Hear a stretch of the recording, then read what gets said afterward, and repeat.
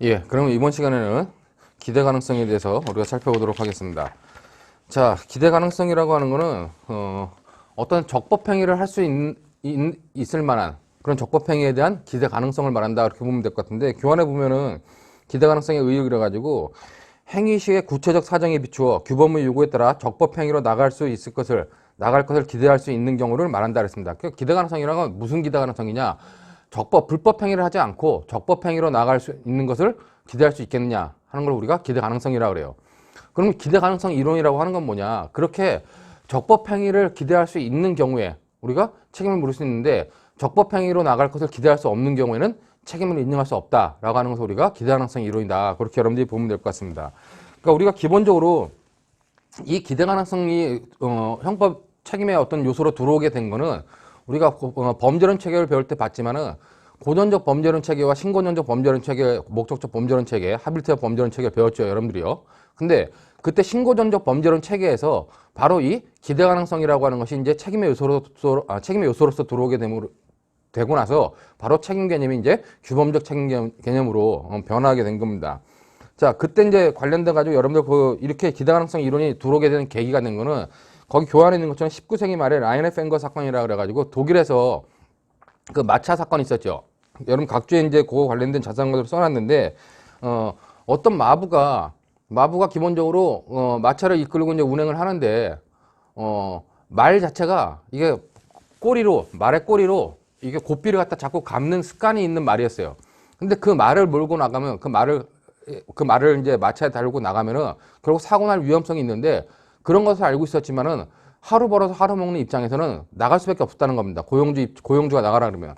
근데 그렇게 나갔다 사고가 났을 때 그 사람한테 지금으로 따지면 업무상 과실치상의 책임을 물을 수 있겠느냐와 관련돼 가지고 결국 그 사람은 나이도 있으니까 책임 능력은 있어요.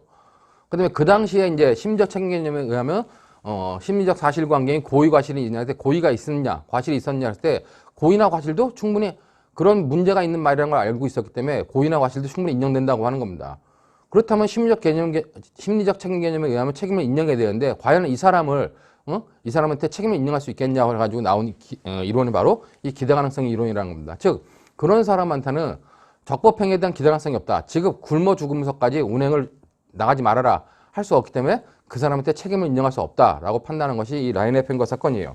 그러니까 그 사건 이후로 이제 기대 가능성이 바로 형법에 있어서 책임의 요소로 들어오게 됐다. 근데 우리가 보면은 지금 보는 것처럼 구성요건, 위법성, 책임이 있다 그랬대. 결국 책임과 관련돼 가지고 우리가 여기 책임 능력이 있다 그랬는데,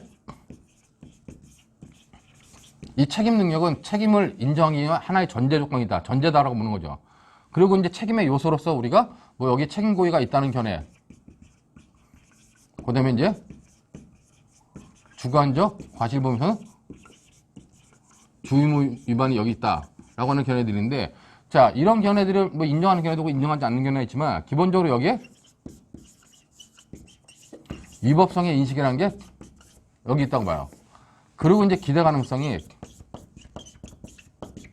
여기 있게 되는데, 자, 그러면 책임이 인정되기 위해서는 이 위법성의 인식과 기대 가능성이라고 하는 두 가지 요소가 다 인정돼야 되냐?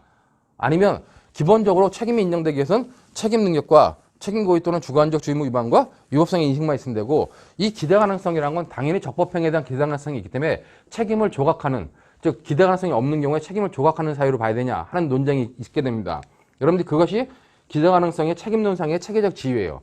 거기 보면은 고의 과실의 구성 요소다. 그러니까 이 기대 가능성이 원래 고전적 범죄론 체계에서 고의 안에 포함되어 있던 거다라고 하는 아주 옛날 견해도 있어요. 근데 그거는 여러분 신경 안 써도 되고, 기본적으로 두 번째 나오는 것처럼 독립된 책임 요소설이다 하는 건 뭐냐면은, 책임이 인정되기 위해서는 위법성의 인식도 있어야 되고 적법행위에 대한 기대 가능성도 있어야 된다. 이 두 가지가 있어야지만 책임이 인정된다, 이렇게 보는 것이 독립된 책임 요소설이에요. 근데 우리의 다수설적 입장, 통설적 입장은 뭐냐? 당연히 적법행위에 대한 기대 가능성은 당연히 인정되는 거다. 그러므로 이 관련돼 가지고 이 두 가지 이렇게 나눠 가지고, 이거는 이 위쪽은 책임을 인정하기 위한 적극적 요소이고, 이 밑에 부분은 뭐다? 책임을 부정하기 위한 소극적 요소다. 이렇게 보는 것이 지금에 있어서 다수설적 입장, 거의 통설적 입장이다, 이렇게 여러분이 보시면 될 것 같아요. 그렇기 때문에 소극적 책임 요소설은 당연히 기대 가능성이 있어야 되는데, 기본적으로 책임이 인정되기 위해서는 이 위의 요건들만 있으면 되고, 그 다음에 밑에 관련돼 가지고 기대 가능성이 없는 경우에는 책임을 조각시키는 요소로서 작용하는 것 뿐이다 라고 보는 것이 소극적 책임 요소설이고 우리나라의 통설적 입장이다. 그렇게 여러분들이 이해해두면 될 것 같습니다. 자, 그럼 그런 적법행위에 대한 기대 가능성이 있느냐 없느냐는 누구를 판단 기준으로 삼을 것이냐 관련돼 가지고 국가표준설, 그다음에 평균인 표준설, 행위표준설이 있는데, 이건 당연히 이 기대 가능성 이 기대 가능성이 있느냐 없느냐는 당연히 일반인, 평균인을 기준으로 판단할 수밖에 없다는 겁니다. 왜냐면은 자, 기본적으로 국가표준설 입장은 어떻게 해요? 국가는 당연히 적법행위에 대한 기대 가능성이 있다고 판단하겠죠. 국가 국민이라면 당연히 적법행위에 대한 기대 가능성이 있어야 된다. 그래서 너는 있다라고 판단할 거라는 겁니다. 근데 행위자 입장에서는 나는 적법행위에 대한 기대 가능성이 없다라고 판단할 거예요. 그렇기 때문에 행위자 표준설이라든가 아니면 국가 표준설은 이 기대 가능성을 인정하는데 너무 극단적으로 치우치기 때문에 기본적으로 일반인 입장인, 행위자 입장이 아닌 일반인 입장, 평균인 입장에 따라 가지고 적법행위에 대한 기대 가능성이 있었느냐 없었느냐를 판단하면 된다는 겁니다. 자, 그렇기 때문에 그런 정도의 의미로서 여러분들이 판단하면 되기 때문에 뭐 학설의 평가도 따로 써놓지 않았어요. 견해 대립이 뭐 행위자 표준설, 일반인 표준설, 그다음에 뭐 국가 표준설이 있지만은 국가 표준설이나 행위자 표준설은 너무 극단으로 치우치기 때문에 기대 가능성을 인정하는 데 있어서 너무 극단으로 치우치기 때문에 평균인 표준설, 일반인 표준설이 타당하다. 그런 의미로 여러분들이 봐두시면 될 것 같습니다.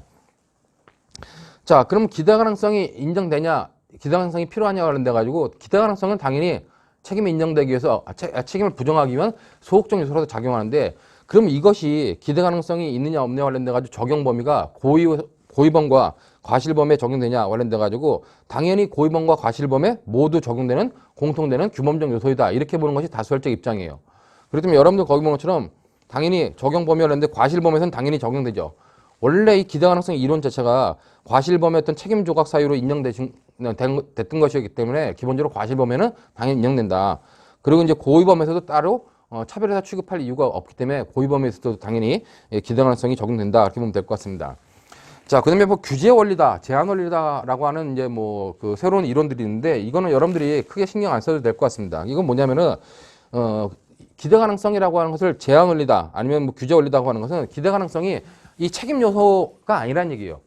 기대 가능성은 개별적인 전체 행위에 대해서 판단하고 있는 것이지 독자적인 책임 요소 아니면 책임의 일 요소로서 판단하는 것이 아니다라고 하는 것이 독일의 통설적 입장이라고 하는데, 제가 볼 땐 그 부분은 현재 우리 형법을 해석하는 데는 타당하지 않다. 그렇게 판단해가지고 뭐 규제 원리, 제한 원리는 여러분들이 뭐 크게 신경 안 써도 된다고 판단이 됩니다. 뭐 그런 정도로 보시면 될 것 같고, 자, 만약에 기대 가능성에 관련해서 착오가 일어나면 어떻게 될 것이냐 관련돼 가지고 우리가 지금까지 착오로 배운 거는 구성요건적 착오와 위법성의 착오였어요. 즉 구성요건적 착오는 이 부분에 대한 착오고, 위법성의 착오는 위법성의 인식이 없는 경우, 이것을 위법성의 착오라고 했죠. 근데 기대 가능성에 대해서 착오가 있는 거는 우리가 형법상 의미 있는 착오는 아니란 얘기예요. 그렇기 때문에 여러분들 교환해 보는 것처럼 기대 가능성이 있었다 없었다, 존재와 한계가 가는 착오는 뭐다? 이건 존재와 한계가 가는 착오는 형법상 아무런 의미가 없다. 그렇기 때문에 이런 착오는 인정되지 않는다. 그런데 이제 기대 가능성의 기초가 되는, 기대 가능성이 있다 없다를 판단하는 기초가 되는 그런 행위 사정에 관련된 착오는 어떻게 되냐와 관련돼 가지고 여러 가지 학설이 대립을 해요. 근데 그 부분은 학설 대립이 있다고 할지라도 여러분들이 뭐 각자 교수들이 그렇게 판단하는 거기 때문에 그 부분에 있어서는 그냥 여러분들이 일반적으로 그냥 위법성의 착오로 준용하는 것이 타당하다 하는 정도로만 정리해 두시면 될 것 같습니다. 그렇기 때문에 뭐 기대 가능성 관련돼 가지고 크게 의미 있는 바가 아니다 이렇게 보면 될 것 같고, 자, 그러면 이렇게 책임에 있어서 소극적 요소로서 기대 가능성이 인정되는데, 이 기대 가능성은 결국 책임에 있어서 초법규적 책임 조각 사유다라고 판단하는 것이 다수결적 입장이에요. 그러면 이 기대 가능성이 있다 없다와 관련돼 가지고 형법상의 규정이 있느냐 그랬어요. 기대 가능성 여부를 판단하고 있는 형법상 규정들이 있어요. 근데 그런 형법상 규정 말고도 다른 이유로도 기대 가능성 여부를 판단할 수 있다는 거죠. 그렇기 때문에 여러분들 우리 교환해 보는 것처럼 형법의 규정과 기대 불가능성이라고 했을 때 이거는 뭐냐? 기본적으로 형법에 여러 가지 규정들이 있는데 이런 규정들이 어떤 그 범죄 성립에 있어서 처벌을 하지 않는데, 처벌하지 않는 이유는 뭐다? 바로 이렇게 기대 가능성이 인정되지 않기 때문에 처벌하지 않는 거다라는 의미로 여러분이 보시면 될 것 같아요. 그렇기 때문에 어기모처럼 형법은 기대 가능성 유무에 대해서 적극적인 규정을 두고 있지는 않으나 기대 가능성이 없거나 감소되는 것을 이유로 책임이 조각되는 감경되는 경우를 여러 가지 규정하고 있다는 겁니다. 그 첫 번째가 책임 조각되는 경우. 우리가 이미 앞에서 좀 이따 봐야 될 것처럼 강요된 행위라고 있는데 강요된 행위는 책임이 조각돼요. 기대 가능성이 없기 때문에. 대표적인 기대 가능성이 없는 행위로 판단할 수 있고 그다음에 여러분들이 배웠던 정당방위에서 그 21조 3항에서 어떤 그 과잉방위인데도 불구하고 벌하지 않는 경우가 있었죠. 야간이나 공포, 뭐 당황 이런 정신적 심리적 불안 상태에서 한 과잉방위인 경우에는 우리가 벌하지 않는다 그랬는데 그 21조 3항에 있었어요. 그때 벌하지 않는 이유는 뭐다? 적법행위에 대한 기대 가능성이 없어가지고 책임이 조각돼서 벌하지 않는 의미다. 그렇게 보시면 될 것 같고 똑같이 딩기피난의 경우도 똑같았죠. 그다음에 이제 우리가 강론 가서 배워야 될 문제인데 친족 간에 있어서는 범인을 은닉하거나 증거 인멸하는 경우 어떻게 해요? 이때는 우리가 책임이 조각이 되는데 그때 적법행위에 대한 기대 가능성이 없기 때문에 책임이 조각된다고 보는 겁니다. 역시 범인 자신의 도피나 증거 인멸 등도 뭐 똑같은 의미다. 그 때문에 이런 경우는 책임이 조각돼서 그때 책임이 조각되는 이유는 기대 가능성이 없었기 때문에 기대 가능성이 없기 때문에 책임이 조각되는 것이다 라고 해석할 수 있는 거고 그 다음에 책임이 감경되는 경우는 이제 우리 대표적으로 우리가 21조 2항 과잉방위에서 책임이 감경돼서 처벌하지 않는 것이다. 책임이 감경돼서 감경 처벌하는 거다. 그런 의미로 여러분들이 보시면 될 것 같아요. 자, 그럼 이렇게 규정되어 있는 이런 형법 규정들이 외에 다른 이유로 우리가 기대 가능성이 없다고 판단할 수 있겠느냐? 역시 있다는 겁니다. 왜? 기대 가능성은 우리가 초법규적 책임 조각 사유로 판단하기 때문이라는 거죠. 그렇기 때문에 여러분들 강의교환 170페이지 보시면은 그거 관련돼 가지고 뭐 기대 가능성을 인정한 판례 사안, 기대 가능성을 부정한 판례 사안이 있기 때문에 그런 내용들만 여러분들이 봐두시면 될 것 같아요. 자, 마지막으로 이제 기대 가능성을 법조문으로 규정한 것이 대표적인 것이 바로 형법 12조에 있는 강요된 행위입니다. 거기 보면 강요된 행위 그래가지고 법조문을 보면은 저항할 수 없는 폭력이나 자기 또는 친족의 생명, 신체에 대한 위해를 방어할 방법이 없는 협박에 의하여 강요된 행위는 벌하지 않는다. 그럼 이때 벌하지 않는다는 의미는 뭐다? 이거는 바로 기대 가능성이 없어서 책임이 조각됨으로 벌하지 않는다는 의미다. 이렇게 여러분들이 이해해두면 될 것 같습니다. 그럼 이런 강요된 행위의 법적 성질이 뭐냐 관련돼가지고 여러 가지 뭐 견해가 되지만 좀 전에 봤던 것처럼 기대 가능성이 없는 행위로 판단하는 것이 거의 통설적 입장이다. 이렇게 보시면 될 것 같아요. 자, 그럼 강요된 행위의 요건을 보면 뭐 강제된 상태에서 강요된 행위를 해야 되는데 이때 이제 객관식 시험용으로 가장 여러분들이 좀 조심해야 될 게 여기서 저항할 수 없는 폭력이라 했는데 이 저항할 수 없는 폭력은 강제적 심리적 폭력을 의미하는 겁니다. 그렇기 때문에 절대적 물리적 폭력은 제외한다. 이게 무슨 말이냐면 내가 저 사람 때리고 싶지 않아. 근데 나보다 덩치가 크고 힘이 센 사람이라서 내 팔을 잡아가지고 저 사람을 강제로 때렸어요. 자, 이거는 저항할 수 없는 폭력이 아니라 그 사람이 그냥 때린 거라고 본다는 거예요. 그렇기 때문에 여기서 말하는 강요된 행위에서 저항할 수 없는 폭력이라는 건 그렇게 강제적 심리적 폭력을 말하지 물리적 폭력, 절대적 물리적 폭력을 말하는 것은 아니다. 그렇게 보면 될 것 같고 그다음에 여기서 이제 또 저항할 수 없는 폭력에 의해서 자기 또는 친족의 생명, 신체에 대한 위해를 방어할 방법이 없는 협박을 해야 된다는 겁니다. 자, 여기서 대상이 뭐예요? 대상이 자기 또는 친족의 생명, 신체에 대한 위해에 대해서 방어할 방법이 없어야 된다는 겁니다. 그러면 자기 또는 친족의 생명, 신체가 아닌 재산에 대해서 위해를 방어할 방법이 없는 협박은 어떻게 했냐? 그거는 형법 12조가 적용되지 않는다는 겁니다. 근데 재산에 대한 협박이라 할지라도 그 재산의 협박이 너무 강력하다면 우리가 기대 가능성이 없는 행위로서 책임을 조각시킬 수 있다는 거예요. 그렇기 때문에 여러분들이 여기 보면은 자기 또는 친족의 생명, 신체에 대한 위해를 방어할 방법이 없는 협박 했을 때 여기에 해당하면 형법 12조에 의해서 기대 가능성이 없는 행위가 인정될 수 있지만 재산에 대한 협박이다. 그런 경우는 형법 12조가 아닌 기대 가능성에 관련된 일반 이론에 의해서 벌하지 않을 수 있다. 기대 가능성이 없다고 판단할 수 있다. 그렇게 여러분들이 보시면 될 것 같습니다. 자, 이제 중요한 거는 그렇게 강요된 행위와 관련돼 가지고 결국 기대 가능성이 없어 책임이 조각된다고 보면 되고 강요된 행위의 효과 관련돼 가지고 그렇게 보면 되는데 중요한 거는 이제 그러면은 누군가가 나한테 강요된 행위를 했어요. 나의 생명에 대해서 방어할 방법이 없는 협박을 통해서 나보고 뭘 하라 그랬습니다. 나쁜 행위를 하라 그랬어요. 자, 그럼 나쁜 행위를 하게 되면 나는 어떻게 돼요? 강요된 행위가 인정돼가지고 기대 가능성이 없다 그래가지고 책임이 조각된다 그래가지고 처벌받지 않는다는 거예요. 그럼 나한테 강요한 사람은 결국 처벌되지 않는 나를 이용해가지고 자기의 범죄 행위를 하기 때문에 그 강요한 사람은 뭐가 된다? 형법상 간접정범이 된다는 겁니다. 여러분들이 아직 간접정범을 안 배워서 그런데 뒤에 보면 간접정범을 배우게 돼요. 그렇기 때문에 여러분들 교환에 있는 것처럼 강요자는 그 강요죄 외에도 피강요자가 범한 범죄 간접 정범이 성립한다라고 하는 부분을 여러분들이 잘 파악해 두면 될 것 같습니다. 자, 이 정도로 해가지고 이제 뭐 기대 가능성에 대해서 간단하게 마치고 책임 요소에 관련된 부분을 다 마쳤습니다.